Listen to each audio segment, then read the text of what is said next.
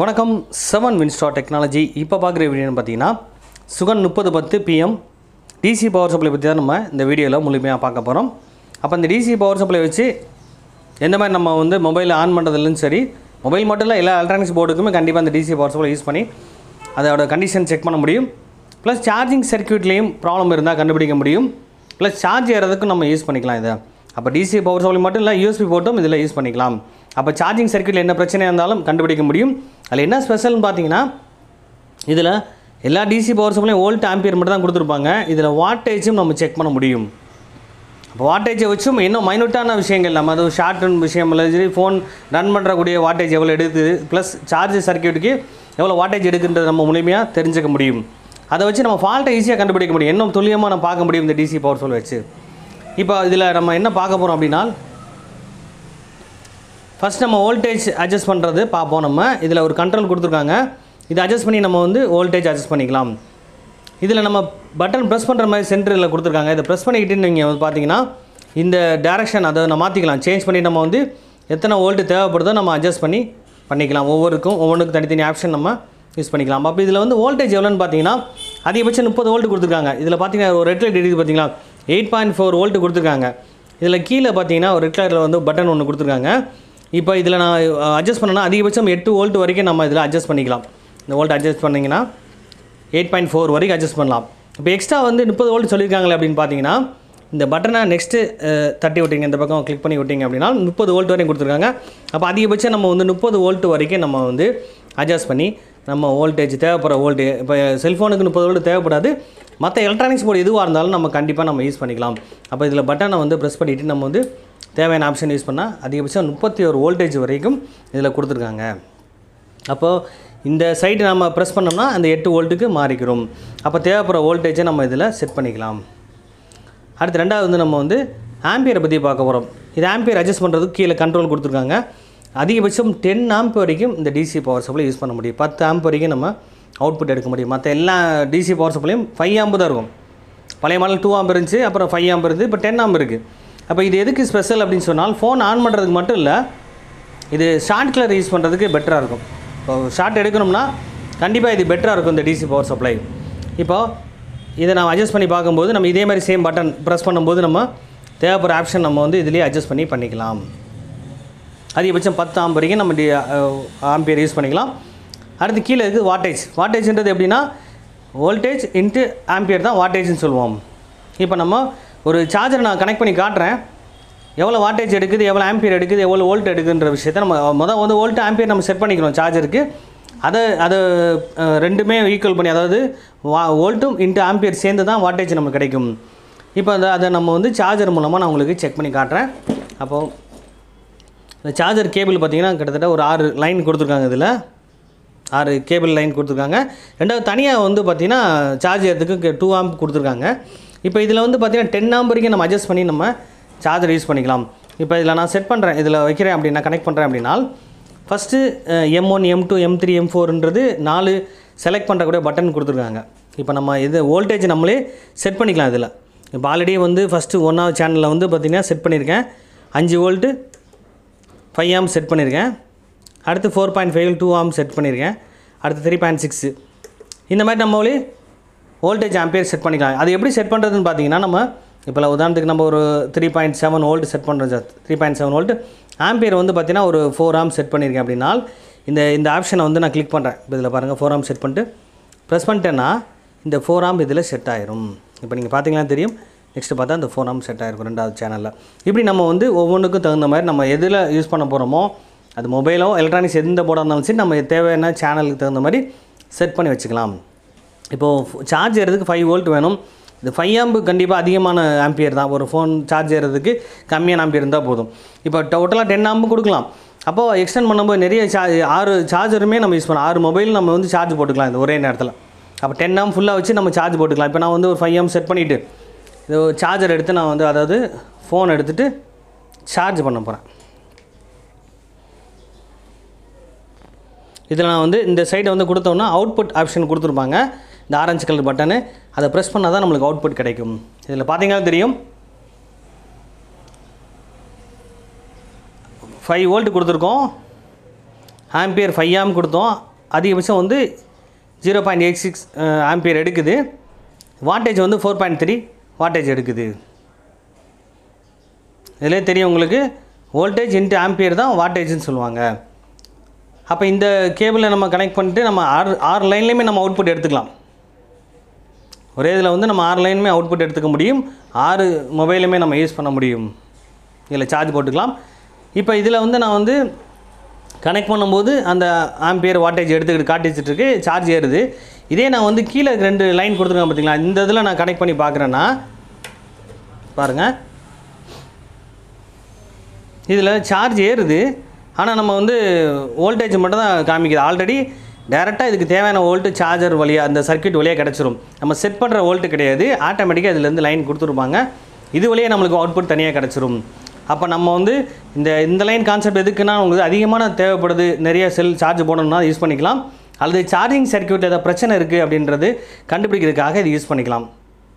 மற்றபடி நம்ம நார்மலாக சார்ஜ் ஏற்றணும், எந்த நார்மலாக சார்ஜர் யூஎஸ்பி லைன் மாதிரி, யூஎஸ்பி போர்ட் மாதிரி, இல்லை சார்ஜர் மாதிரி சார்ஜ் போடணும்னா இந்த 2 ஆம் சார்ஜர்லேயே நீங்கள் கனெக்ட் பண்ணி யூஸ் பண்ணிக்கலாம். பார்த்தீங்கன்னா தெரியும்.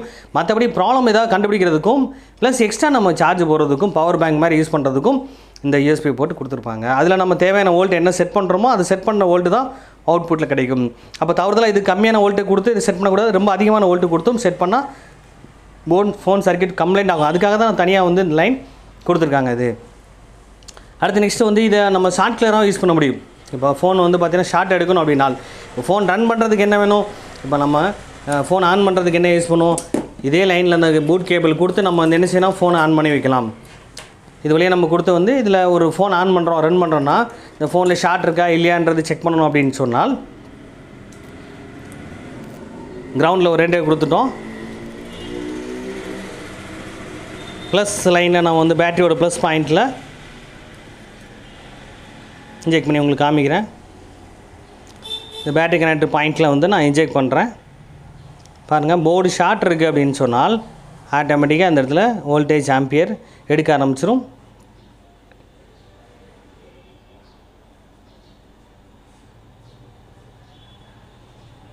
அப்போ அந்த இடத்துல எந்த இடத்துல ஷார்ட் இருக்குன்ற விஷயத்தை ஈஸியாக நம்ம 10 ஆம்ப் அட்ஜஸ்ட் பண்ணி வைக்கும்போது ஈஸியாக கண்டுபிடிக்க முடியும். அதிகபட்சம் 5 ஆம்பே போதும் ஷார்ட் எடுக்கிறதுக்கு. அப்போ ஃபோன் ஒர்க்கிங் ஃபோனாக இருந்துச்சுன்னா நம்ம அதுக்குரிய ரீடிங் ப்ளஸ் அதோட வாட்டேஜும் தெளிவாக நம்மளுக்கு காமிக்கும். இப்போது இது வந்து நம்ம செட் பண்ணுறது ஆட்டோமேட்டிக்காக நம்ம செட் பண்ணி வச்சிட்டோம்னா தேவைப்படும் போது நம்ம அட்ஜஸ்ட் பண்ணி வச்சுக்கலாம். இதில் வந்து பார்த்திங்கன்னா சார், நம்ம ஓசிபின்னு சொல்லி 2 பாயிண்ட் இருக்குது. இது கண்டினியூ ஓசிபின்னு சொல்லுவாங்க. தொடர்ச்சியாக வந்து நம்மளுக்கு வந்து உதாரணத்துக்கு இப்போ ஒரு சர்க்யூட் வந்து ஷார்ட் ஆகுதுன்னு வச்சுக்கலாம். இப்போ இந்த இடத்துல வந்து ஷார்ட் சர்க்யூட் ஆகுது, அவுட்புட் கொடுத்துருவோம்.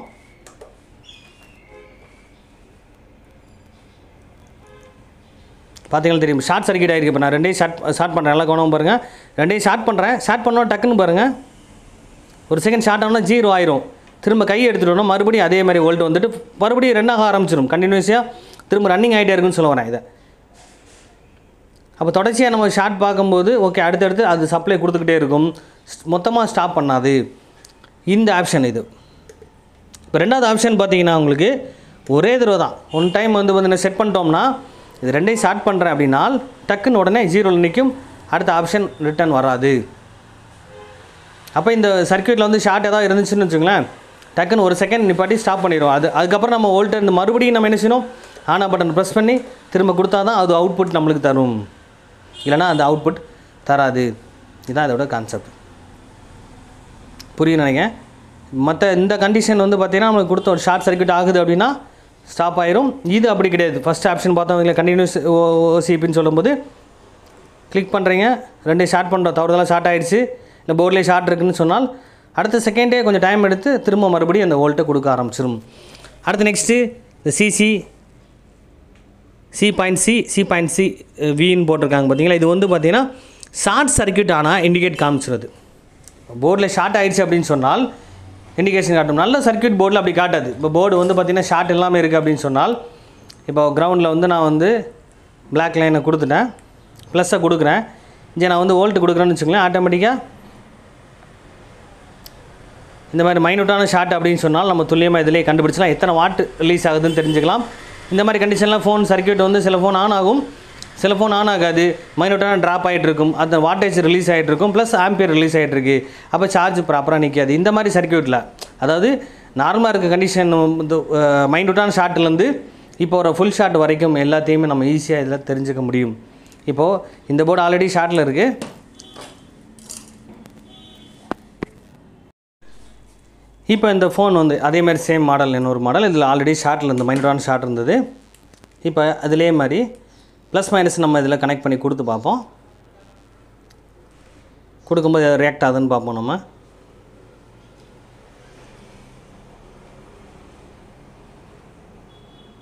இந்த பாருங்கள், இதுவும் ஆட்டோமேட்டிக்காக நம்மளுக்கு வந்து ஆம்பியர் எடுத்துகிட்ருக்கு. அப்போ மைனூட்டான ஷார்ட் இருந்தாலும் ஈஸியாக நம்ம துல்லியமாக இதில் கண்டுபிடிக்க முடியும். மற்ற டிசி பவர் சப்ளையோட பெட்டராக இருக்கும். நிறைய விஷயங்கள் இதில் இருக்குது. இப்போ அதே வந்து போர்டில் இப்போ நம்ம இந்த இண்டிகேஷன் பாயிண்ட் சொன்னேன் பார்த்தீங்களா, சிவி, அது பார்த்தீங்கன்னா இப்போ நம்ம போர்டில் வந்து நான் இன்ஜெக்ட் பண்ணும்போது ஃபுல் ஷாட் இல்லை அதிகமான ஆம்பியர் எடுக்கக்கூடிய ரிலீஸ் பண்ணக்கூடிய ஷாட் எதாவது இருந்துச்சுன்னு சொன்னால், இங்கே நான் கனெக்ட் பண்ணும்போது பார்த்தீங்கன்னா தெரியும் உங்களுக்கு. இப்போ ஆல்ரெடி நான் இந்த ஆப்ஷனை ஆன் பண்ணி வச்சுருக்கேன். இது ரெண்டுமே எடுத்து விட்ருவோம். இப்போ நம்ம இந்த ஆப்ஷனை செட் பண்ணி பார்க்கும்போது பாருங்கள், இந்த லைட்டை பாருங்கள், சிவின்ற விஷயம் கரண்ட் வோல்டேஜ், இது கரண்ட் ஜாஸ்தியான ஆம்பியர் ரிலீஸ் ஆகிடுச்சு அப்படின்னு சொன்னால் இங்கே உடனே வந்து நம்மளுக்கு ரியாக்ட் பண்ண ஆரம்பிச்சிடும். ப்ளஸ் அந்த வோல்டேஜ் என்ன ஆம்பியர் எவ்வளோ ரிலீஸ் ஆகுது, எவ்வளோ வாட்டேஜ் எடுக்குதுன்ற விஷயத்த தெரிஞ்சுக்கலாம். இந்த ஆப்ஷன் வந்து உங்களுக்கு சேஞ்ச் ஆகும், பார்த்தீங்கன்னா தெரியும். ஷார்ட் ஆகும்போது இந்த கீழே இருக்க அந்த ஆப்ஷன் வந்து மேலே போக ஆரம்பிச்சிடும். அதை வச்சு நம்ம கண்டுபிடிச்சலாம். மற்றபடி ஒர்க்கிங் ஃபோனில் செக் பண்ணி பார்க்கும்போது இந்த ஆப்ஷன் இதில் மட்டும் தான் இருக்கும். ரொம்ப மைனூட்டான ஷார்ட் இருந்தாலும் இதே மாதிரி தான் இருக்கும். மற்றபடி ரொம்ப அதிகமான ஆம்பியரோ அதிகமான வோல்ட்டோ ரிலீஸ் ஆகுது, வாட்டேஜ் நிறையா ரிலீஸ் ஆகுது அப்படின்னு சொன்னால் இந்த ஆப்ஷன் சேஞ்ச் ஆகும். அதை வச்சு நம்ம கண்டுபிடிச்சலாம். ஓகே, ஷார்ட் சர்க்யூட் அதிகமாக இருக்குன்றது நம்ம ஈஸியாக தெரிஞ்சுக்க முடியும். இது நெக்ஸ்ட் நான் ஏற்கனவே சொன்ன மாதிரி output line. On off button இது டேரெக்டாக நம்ம வந்து அவுட்புட் எடுக்கணும்னா இதை கொடுத்தா அவுட்புட் நம்மளுக்கு வோல்டேஜும் ஆம்பியரும் ரிலீஸ் ஆகி வரும். அதேமாதிரி இப்போ நம்ம ஆப்ஷன் ஒன்று செட் பண்ணுறோம், தெரியாமல் நம்ம அதிகமான வோல்ட்டு அதிகமான ஆம்பியர் செட் பண்ணி வச்சுருக்கோம். அப்போ ஒரு 10 ஆம் செட் பண்ணிட்டு ஒரு ஃபோனில் கொடுத்துட்டோம்னு சொன்னால் அந்த ஃபோனோட அதிகபட்ச ஆம்பியர் 5 ஆம்னு வச்சுக்கலாம். இல்லை தெரியாமல் இருக்குன்னா தெரியாமல் கொடுத்தா அந்த போர்டில் கூட கம்ப்ளைண்ட் ஆக வாய்ப்பு இருக்கும். அதேமாதிரி ஷார்ட்களை கொடுக்கும்போது சில இடங்கள் அதிகமான வோல்ட்டோ அதிகமாக ஆம்பியர் கொடுத்துடக்கூடாது. அந்த மாதிரி இடங்கள் தெரியாமல் கொடுத்துட்டீங்க அப்படி சொன்னால் அந்த போர்டு ப்ராப்ளம் ஆயிடக்கூடாது. அது மட்டும் இல்லை, அதேமாதிரி சின்ன குழந்தைகள் இருக்காங்க அப்படின்னு சொன்னாலும் தெரியாமல் அந்த ஆப்ஷனை சேஞ்ச் பண்ணி வச்சுருப்பாங்க. நீங்கள் செட் பண்ண ஆப்ஷன்லாம் மாற்றிடக்கூடாதுன்றதுக்காக என்ன பண்ணணும்னா இந்த ஆப்ஷனில் வந்து பார்த்தீங்கன்னா இதை நீங்கள் ஓங்கி ப்ரெஸ் பண்ணி வச்சிட்டிங்க அப்படின்னு சொன்னால் எந்த ஆப்ஷனும் ஒர்க் ஆகாது உங்களுக்கு. சைல்ட் லாக்னு சொல்லுவாங்க. இதை நம்ம திரும்ப ஒரு தடவை நல்லா ப்ரெஸ் பண்ணி ஓங்கி ப்ரெஸ் பண்ணிட்டீங்கனாலே ஆட்டோமேட்டிக்காக அது வேலை செய்ய ஆரம்பிச்சிடும். இதான் டோட்டலாக வந்து டிசி பவர் சப்ளையோட ஒர்க்கு. இதை வச்சு நீங்கள் வந்து நிறைய விஷயங்கள் பண்ணலாம். இப்போ பழைய மாடலோட இது நிறைய அப்டேட் ஆகிருக்கு. இந்த வீடியோ உங்களுக்கு பிடிச்சிருந்தால் லைக் பண்ணுங்கள், ஷேர் பண்ணுங்கள், கமெண்ட் பண்ணுங்கள், சப்ஸ்கிரைப் பண்ணுங்கள், பெல் பட்டனை மறக்காமல் கிளிக் பண்ணுங்கள். Thank you friends.